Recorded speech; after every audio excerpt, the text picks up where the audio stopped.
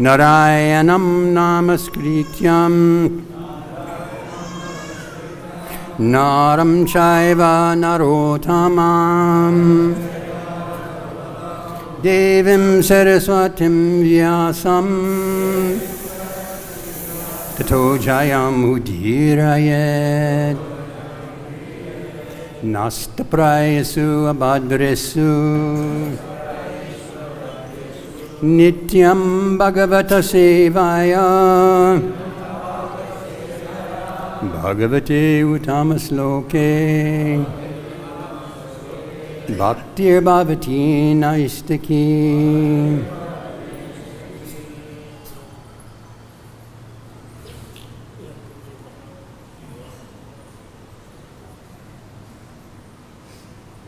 So as our morning sadhana is taking place, coming as all saintly persons should do, to listen to topics about the Supreme Personality of Godhead, His leelas that He performed while here on this earth, and also to hear and glorify the activities of those persons who achieved greatness by becoming fully surrendered to Lord Krishna. So today we are going to divide the class into two sections. We'll spend a little time on the sloka, and then we'll talk about the arrival of Srila Prabhupada in America. So this is the anniversary of this momentous day, and if it weren't for this, none of us would be here as we are today. But now we are talking about the Leela of the Lord and Gajendra. So, as for myself, the first time I heard the name Gajendra was in 1968, and that happened to be the boy who was temple president in a Seattle temple at that time, which had just been opened only 1 week earlier. And nobody knew who Gajendra was. So even for himself, he didn't know who is Gajendra. Because at that time we had no books. The only book that was available was the first canto that Srila Prabhupada had printed in India and had brought with him. So all of this literature and all of these wonderful leelas and pastimes that we now readily have at our fingertips, you should all be very, very, very grateful for the diligence of Srila Prabhupada to work harder than any man before him to accomplish so much in such a short period of time. So we're coming to the conclusion of this chapter, this Leela, And we'll read the verse. We'll read the translation, the purport, and speak a little bit. And then I'd like to go to Srila Prabhupada's arrival. So here we go. Tam tadvad tam upalad jagam nishvasha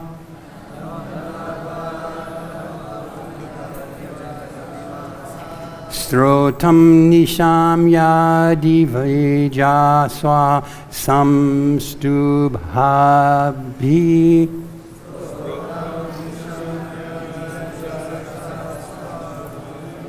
Chandomayena gajendraya samu hamansen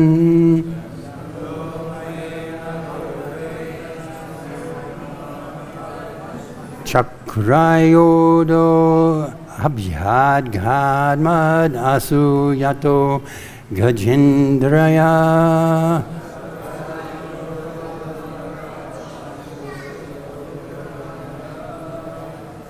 Tam unto him Gajendra Tadvat in that way Artam who was very depressed because of being attacked by the crocodile. Upalabhyaya understanding Jagat Nishvasha the Lord who exists everywhere. Strotram the prayer. Nishmaya hearing. Divijhai the denizens of the heavenly planets. Shaha with Samstuvhabhi who were offering their prayers also. Chandomayena with the speed he desired. Garudena by Garuda. Samyuyamaha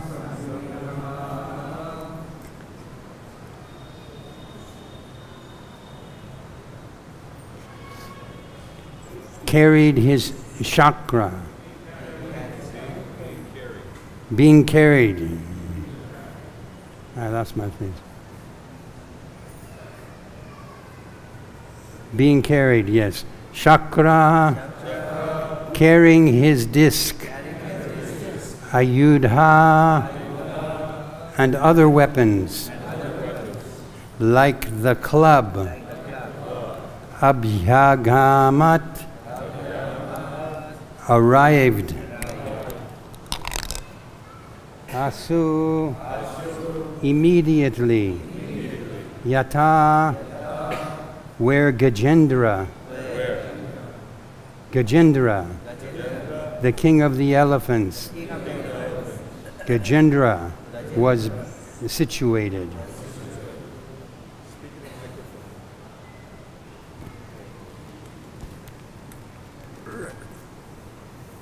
After understanding the awkward condition of Gajendra, who had offered his prayers, the Supreme Personality of Godhead, Hari, who lives everywhere, appeared with the demigods who were offering prayers to him, carrying his disc and other weapons.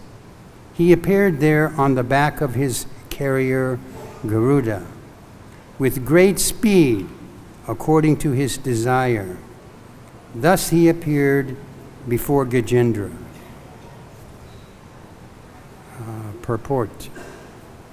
Srila Vishwanath Chakravarti Thakur specifically hints that since Gajendra was in such a difficult position and was praying for the mercy of the Supreme Personality of Godhead, the demigods who could have immediately gone to his rescue hesitated to go there, since they considered Gajendra's prayers to be directed towards the Lord.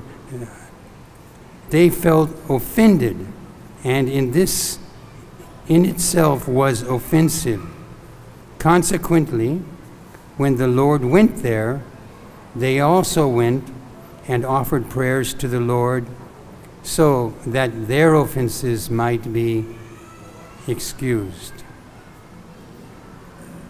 Om Ajnana Timirandasya Jnana Salaka Chakshusam Jnana Tasmai Shri Ganeva Shri Chaitanya Marabhistam Sapitam Jena Bhutale Swayam Rupa Kadamaya Kadati Padantikam. So this is continuation from our class we had yesterday, given very nicely by Mukunda Datta.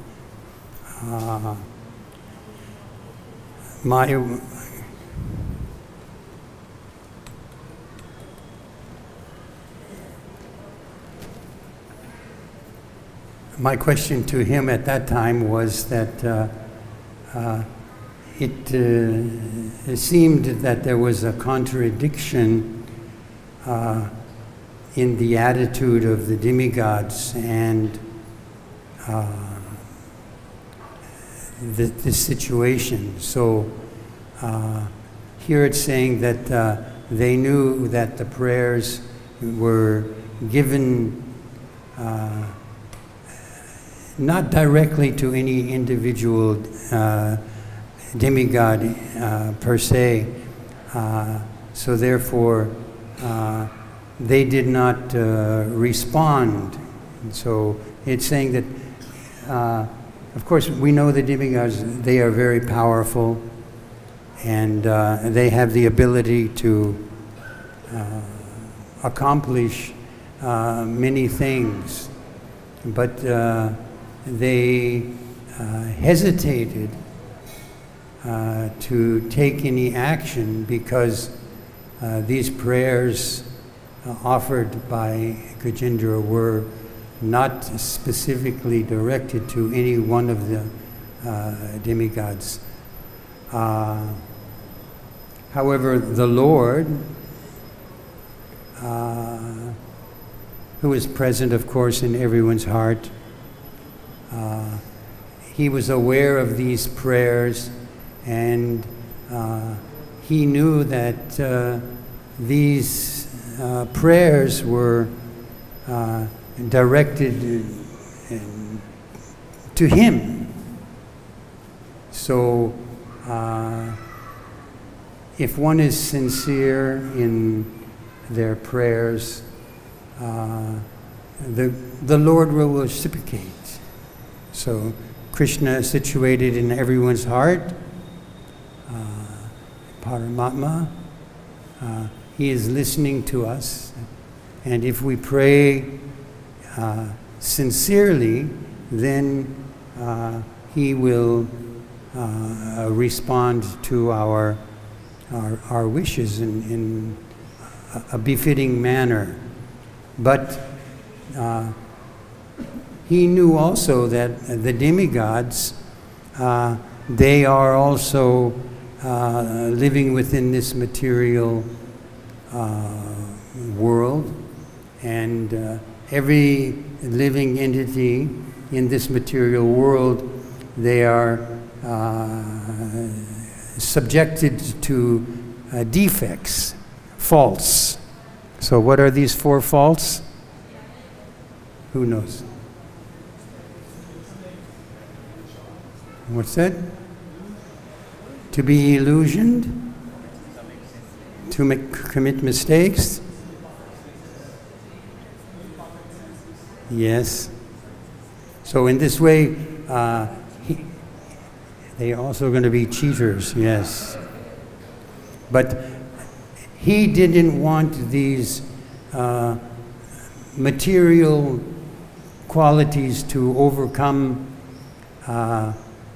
his administrators of this material world. So, how many demigods do we have in this material world? Crores and crores and crores of demigods. And they're all in charge of some aspect of activities that take place every day here in this material world. Some of them are more exalted, others may have less meaningful duties, but in any case they're demigods. And with being a demigod comes the quality of being sometimes proud of your position. And this whole situation was accelerated because of pride. Agastya Muni being offended by Indradyumna Maharaj. And so in order to stop this from happening, the Lord appeared there immediately on his Garuda, his carrier, armed with, which weapons did he have? He had his Sudarshan chakra and club. So I think his weapon of choice is usually the Sudarshan chakra, right? So he has used this in so many situations to vanquish other demons. So this particular situation that Garuda had, that Gajendra had found himself in, is a representation of every one of us here in this material world. So he was in the clutches of this crocodile who was tormenting him. And all of us here in this material world, day to day, in different aspects of our activities, we are being tormented. Maybe physically tormented or subtly tormented. I was tormented by a monkey just the other day, knocked to the ground and broke my arm and required 6 hours of surgery to fix it. And the monkey just laughed and ran away with my food. So I was being tormented, yes. So this material world is called Kunta. And what does Kunta mean? Anxiety. So there's always going to be different levels of anxiety in this material world, and every one of us is going to be faced with a certain amount of anxiety. But the purpose of Srimad Bhagavatam, Bhagavad-Gita, Chaitanya Charitamrita, all these other literatures is to teach us how to cope with our conditions here in this material world. So there are different processes of learning, and basically 4 processes of learning. And who knows what is the first process of learning? Hearing. Yes. So by hearing, a very intelligent person, simply by hearing, just like now the Srimad Bhagavatam is being spoken, and the sages are gathered there, either listening to Sukadeva Goswami or Sutta Goswami. They are hearing, and they are hearing how many times? Once. And they learned. They realized the necessities of understanding these. So, and what is another process of learning? Seeing. Yes. So many times we may hear something, but I don't believe. But then, we see it. Oh yes, my gosh, this is true. Yes, if you do this, this will happen. Just like a child in a fire. Oh yes, the mother tells the child, the fire is hot. You'll burn your fingers if you stick your fingers. Nah, what does she know? So, what does he do? He puts his finger into the fire and burns. So he sees it, and then he also experiences it.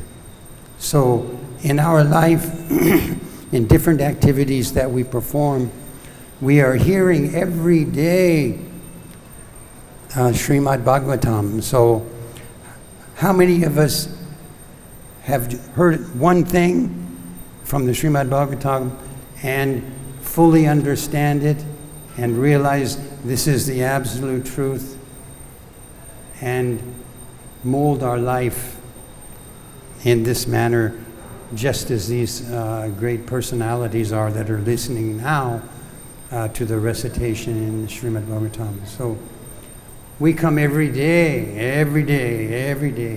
We hear, and we see. It explains about 3 modes of material nature, how they react, and the consequences caused by performing karma, good or evil activities. We see these things, and many times just that alone is enough to make us change our lives. And many times, even after hearing, seeing, and experiencing, it's just like for me in my arm now, the monkeys. I know, okay, up to this point they've never given me any trouble, but beware. They can be very dangerous. And in spiritual life, our activities that we perform, we have many do's and many don'ts. And understand what should be done and what should not be done. And if you follow those, then you are protecting your Guru Kripa, this vine, this spiritual awareness, by just doing what the Shastra says.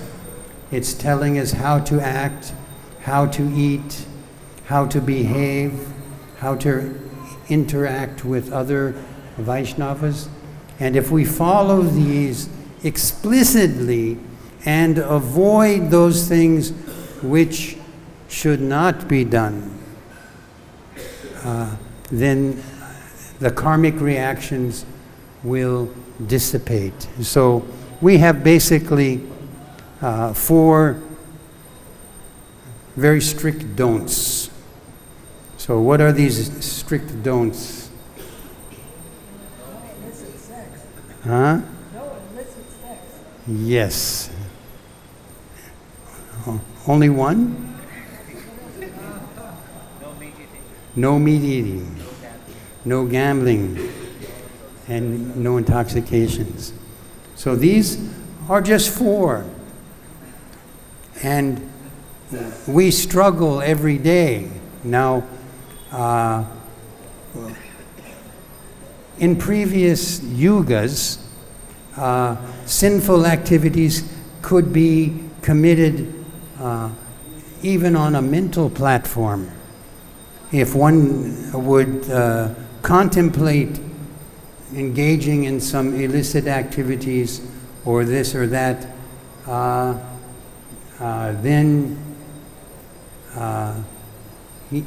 he would be punished. But in Kali Yuga, they have to actually engage in those activities to really suffer. So even though this was also part of Kali Yuga, but who was rebuked and rejected from Lord Chaitanya's party, his group?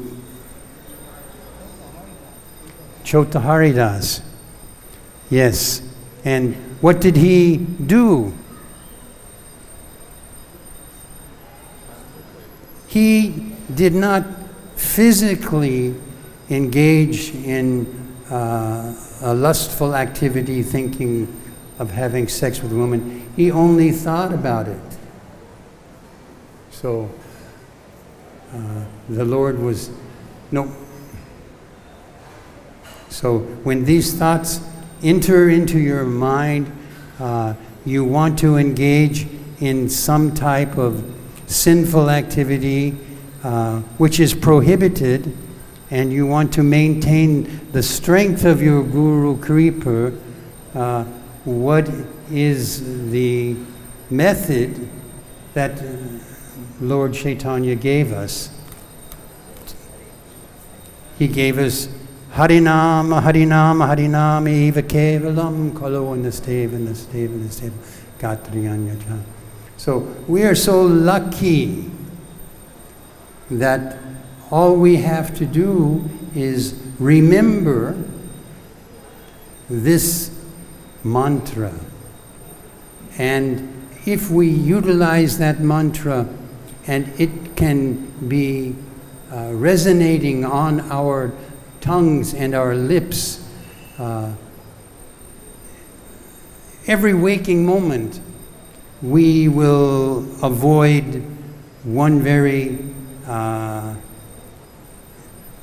disturbing and detrimental activity that causes the mind to be confused and causes us to fall down into other sinful things, and that is prajapal. Right? So what is prajapal?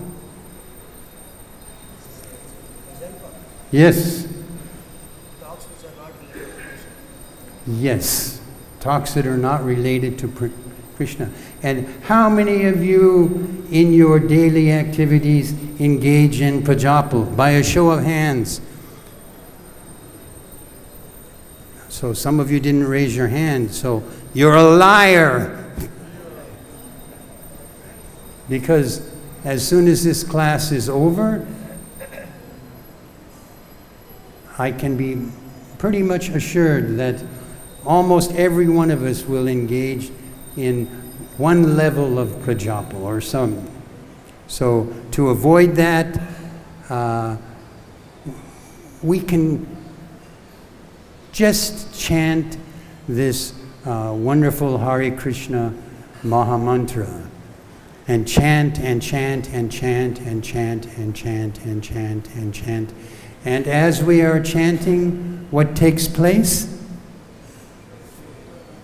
Cheto darpanamajanam. So how much filth do you have in your heart? So much. Lifetimes. So Gajendra I mean, here he suffered with the crocodile for 1,000 years. But how long have we been suffering by the clutches of this crocodile? How many years? From time immemorial. So how to place a number on time immemorial? So if you can think of the biggest, largest number, 1,000,000, 1,000, 1,000,000,000, trillion, quadrillion, I don't even know how to go that high. This crocodile has been clutching, dragging us down, causing us pain and suffering. And at one point in our life, hopefully, we will want to be free. So Gajendra is one of 4 types of persons that will surrender to Krishna. So who knows, what are the other types of people who surrender to Krishna? So yes, Gajendra is in distress. Yes, and someone may approach God because they want money. Who wanted money? Now all of these personalities are described in Dhruva Maharaj, right? And look how exalted Dhruva Maharaj. He has his own planet, right? But he wanted to have something more than his father. So he prayed, and what is another one? Inquisitiveness. Now who is inquisitive? Are you sitting here, all of you, are you inquisitive? Are you sitting here because I want to learn, I want to know, I want to understand? So who is the example from Srimad Bhagavatam? The sages of Naimisharanga. So what were they concerned about? They were concerned about the advancement of Kali Yuga. Kali Yuga was just coming, and they wanted to know what was the best way in which they could subdue the rapid advancement of Kali Yuga. And what did they decide? They decided, yes, to hear Srimad Bhagavatam. And not just hear Srimad Bhagavatam, but they heard Srimad Bhagavatam from a bona fide, qualified individual. And what is the last?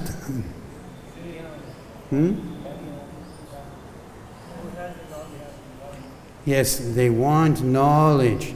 They are not satisfied with anything here in this material world. Now, all of us, our hearts are full of anarthas. We desire so many things, whether it be something very trivial or something unbelievably fabulous. But those who don't want anything, and they want knowledge. And who are these? No. The 4 Kumaras. The 4 Kumaras were little boys. They were sons of Brahma. They didn't want to grow up. We don't want to grow up. We want to stay young. We want to stay innocent. But we want knowledge. And they looked here, they looked there, they looked here, they looked there. They didn't get what they wanted. And so what did they do? They went directly to the door of Lord Narayan. They banged on his door. and they got their desires fulfilled. So all of these, whether you want, just as Gajendra, being in a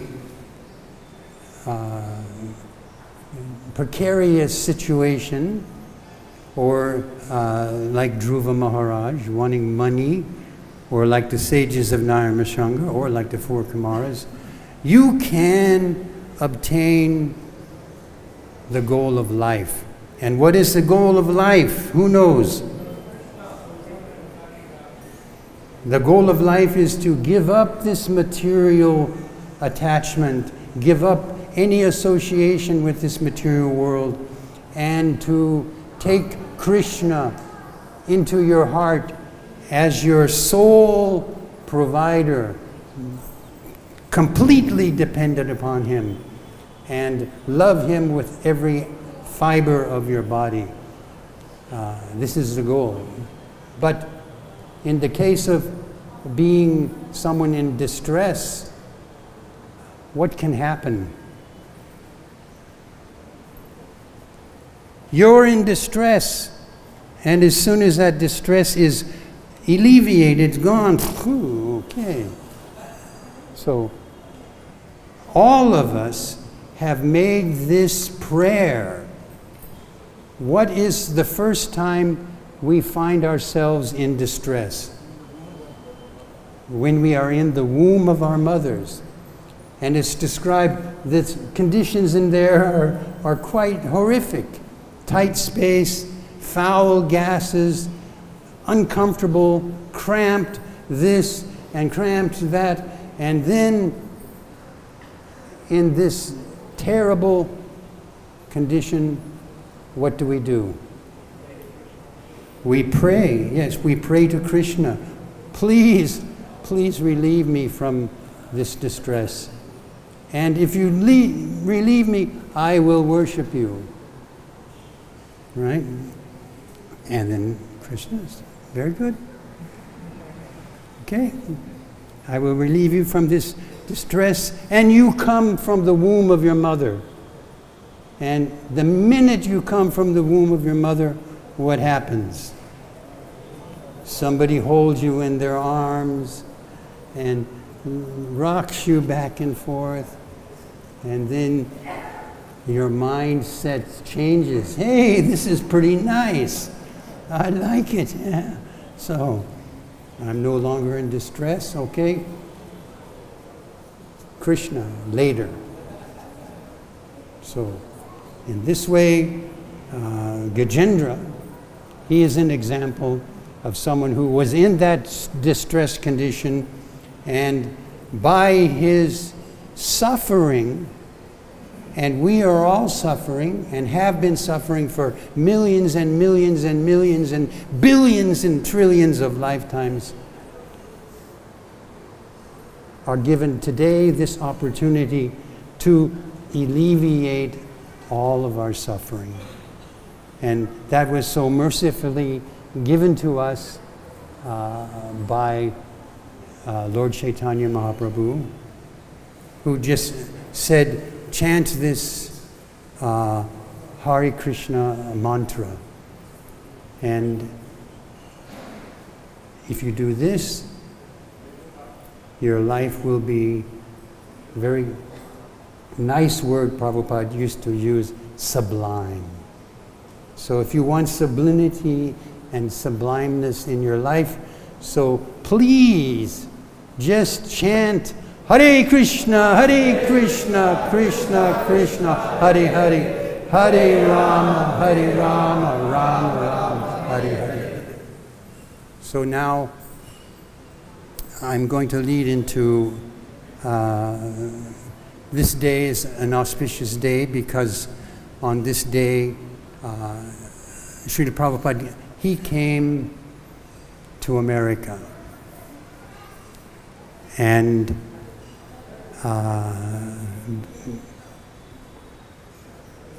he being devoted to Lord Chaitanya,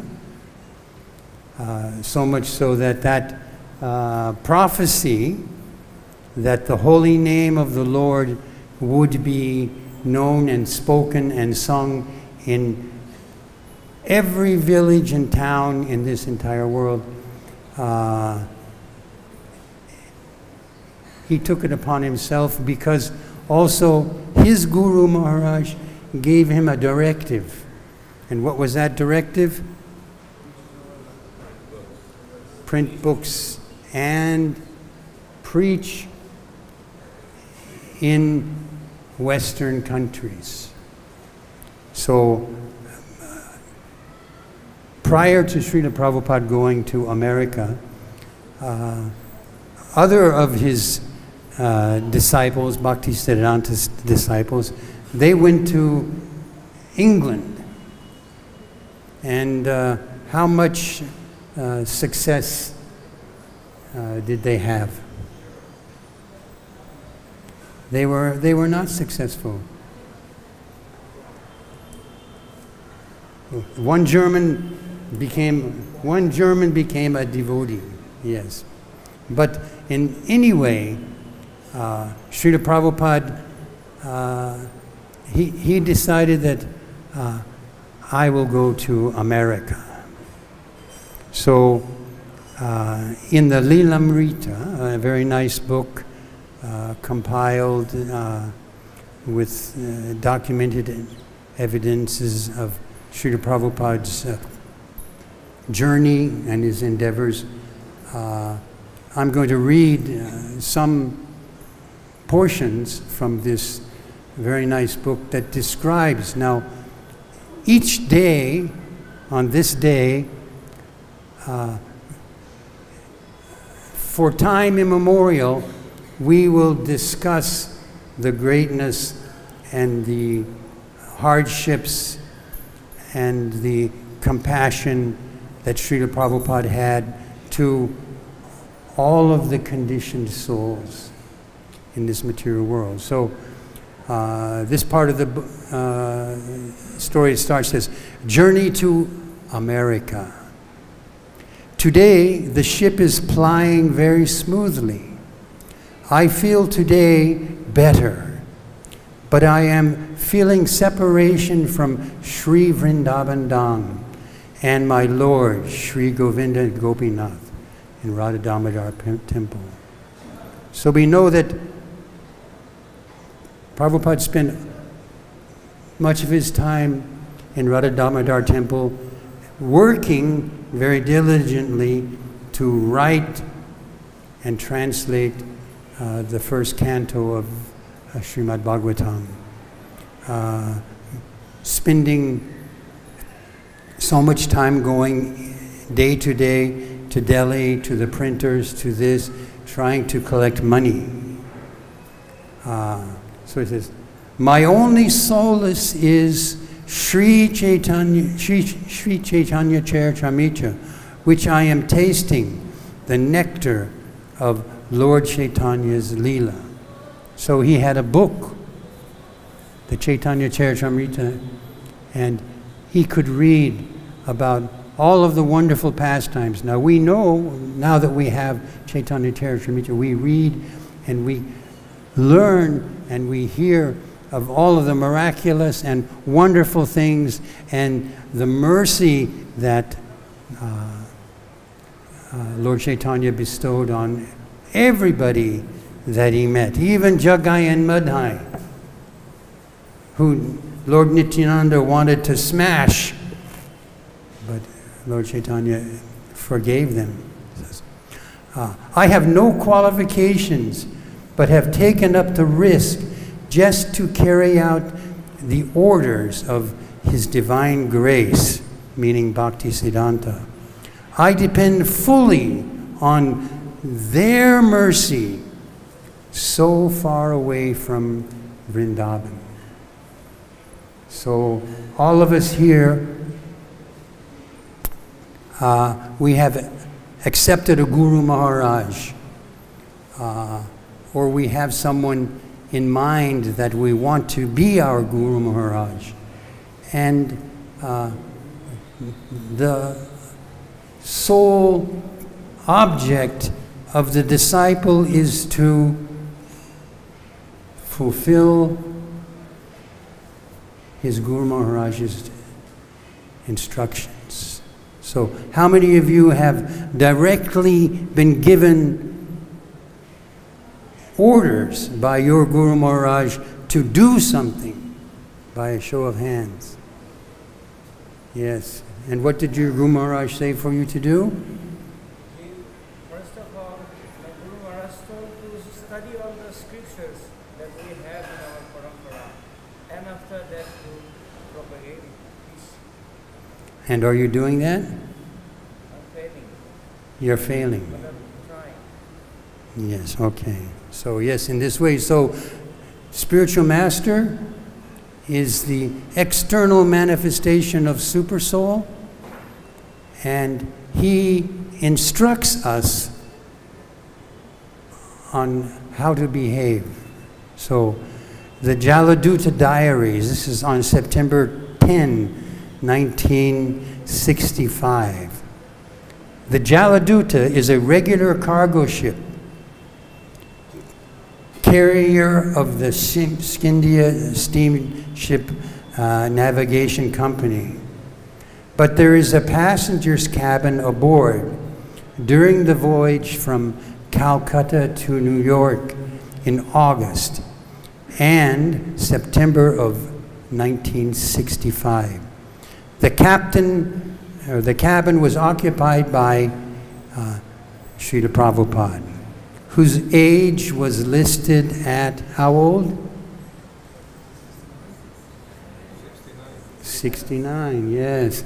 How many of us here are 69 or past 69? Yes.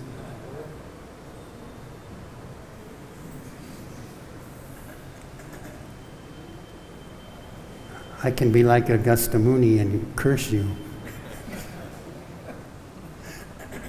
So yes, so at the age of 69, just imagine, even now, at your very young age, your determination is wavering. You don't have the enthusiasm. But at the age of 69, when most people have given up everything, Srila Prabhupada began his journey because he wanted to fulfill the orders of his spiritual master. So his trip was on a cargo ship. I don't think any of you have ever been on a cargo ship. I had an experience similar to that coming from Hong Kong. My cabin was nice, probably like Srila Prabhupada's, but the rest of the ship was cargo. Nothing but boxes and whatever was there. And his ticket was inclusive of a complimentary meal. The Jaladuta was under the command of Captain Arun Pandya, and his wife also was on board. Left at 9 a.m. on Friday, August 13th. In his diary, Srila Prabhupada noted, "The cabin is quite comfortable. Thanks to Lord Krishna for enlightening Srimati Morarji for all these arrangements. I am quite comfortable." But on the 14th, he reported seasickness, dizziness, vomiting, Bay of Bengal, heavy rains, and more sicknesses. On the 19th, when the ship arrived at Colombo, Ceylon, now which is known as Sri Lanka, Prabhupada was able to get off, relieved from his seasicknesses. The captain took him ashore and traveled around Colombo by car. Then the ship went on towards Cochin on the west coast of India. Janmashtami, the appearance day of Lord Krishna, fell on the 20th of August that year. Prabhupada took the opportunity to speak to the crew about the philosophy of Lord Krishna. And he was distributing prasadam. He had cooked himself. Has anyone ever eaten food cooked by Prabhupada? I have too, yeah, me. So nectarian. Food that he had cooked himself. August 21st was his 70th birthday, observing this without a ceremony at sea. That same day, the ship arrived at Cochin, and Srila Prabhupada's trunks of Srimad Bhagavatam, volumes which had been shipped from Bombay, were loaded on board this ship. So these books, they were the most important thing for Srila Prabhupada, because these books were like lifesavers that could be distributed to those of us who are drowning. And where are we drowning? How are we drowning? We are drowning in the clutches of the crocodile holding us down in this material world. So by the 23rd, the ship had put out to the Red Sea, where Srila Prabhupada encountered great difficulty. He noted in his diary, rain, seasicknesses, dizziness, headaches, no appetite, vomiting. These symptoms persisted, but it was more than seasicknesses. The pains in his chest made him think that he would die at any moment. In 2 days, he suffered 2 heart attacks. How many have had a heart attack? Yes, I've had a heart attack. Yes, also. And what made him think that he would die at any day. He suffered 2 heart attacks. He tolerated the difficulty, meditating on the purpose of his mission.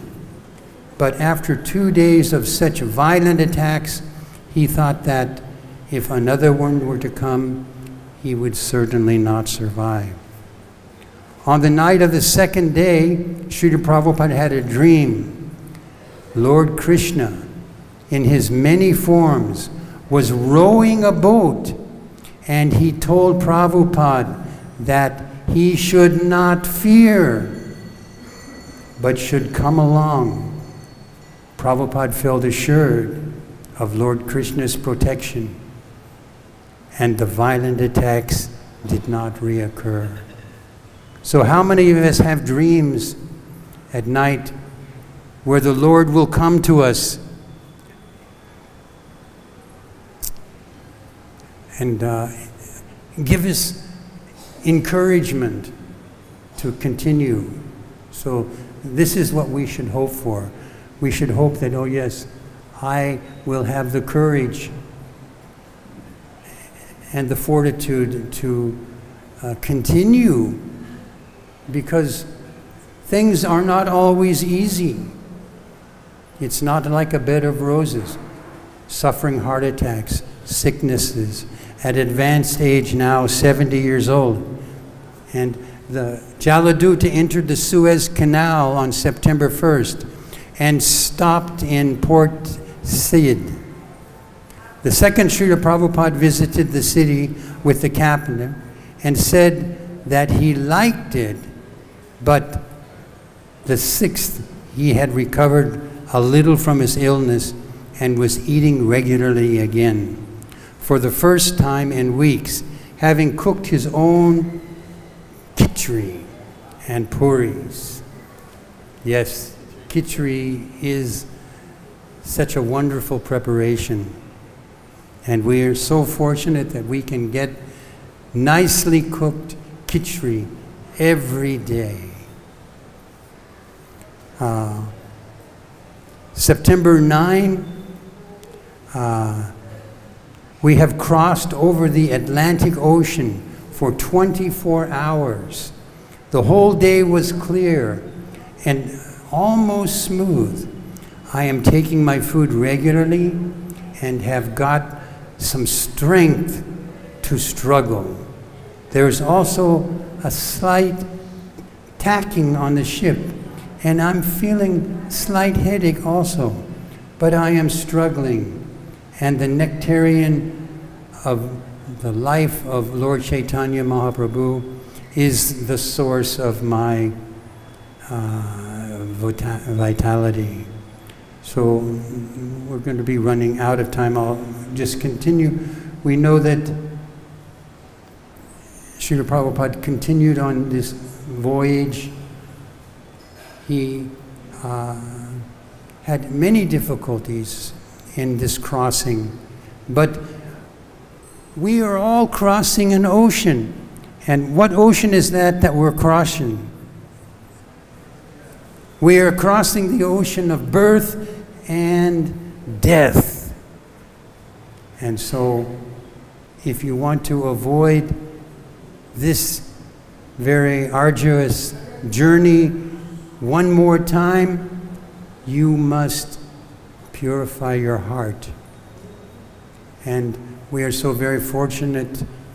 Srila Prabhupada came to America, didn't know what to expect, how he would be received by all of the American people. And myself personally, I think that he came personally to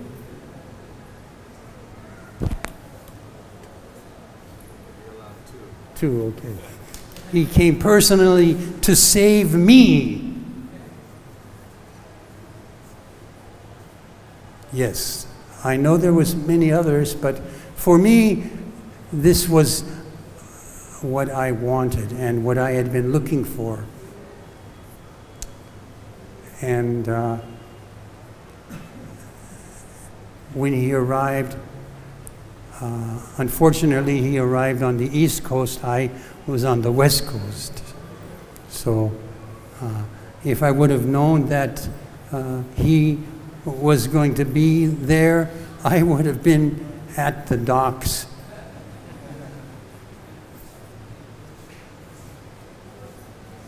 To greet him. And just by his sitting under a tree in Thompson Park and playing on a set of kartals and chanting Hare Krishna, Krishna Krishna, Hare Hare, Hare Rama, Hare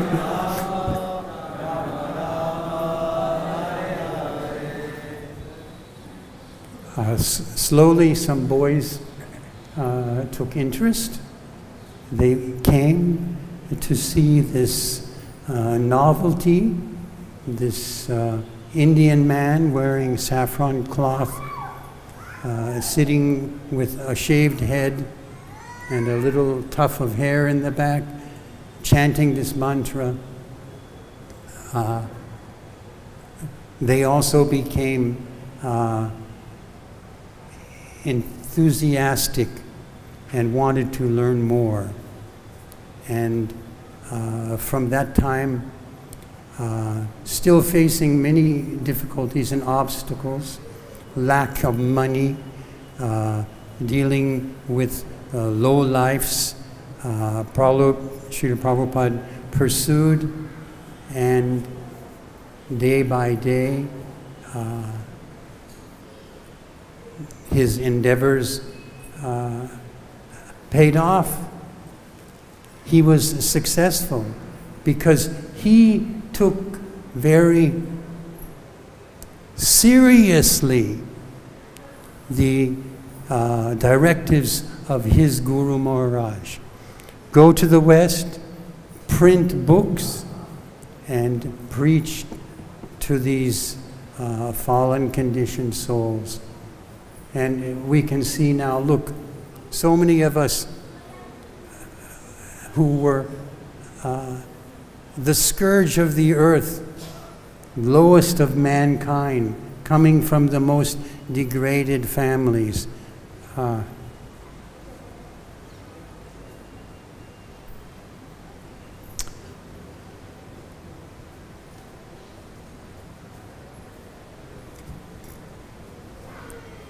We can come here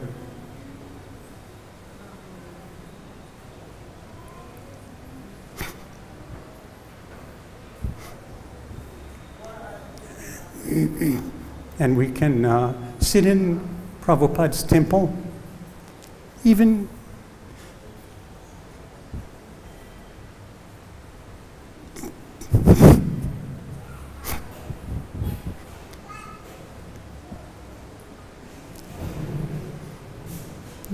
be allowed to sit on a Vyasasana and continue his legacy. So I want all of you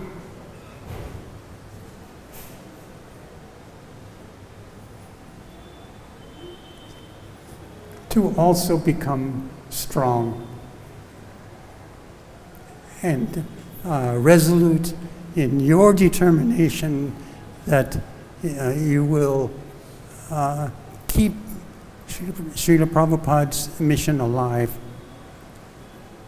So I'll stop here. Any questions or some comments?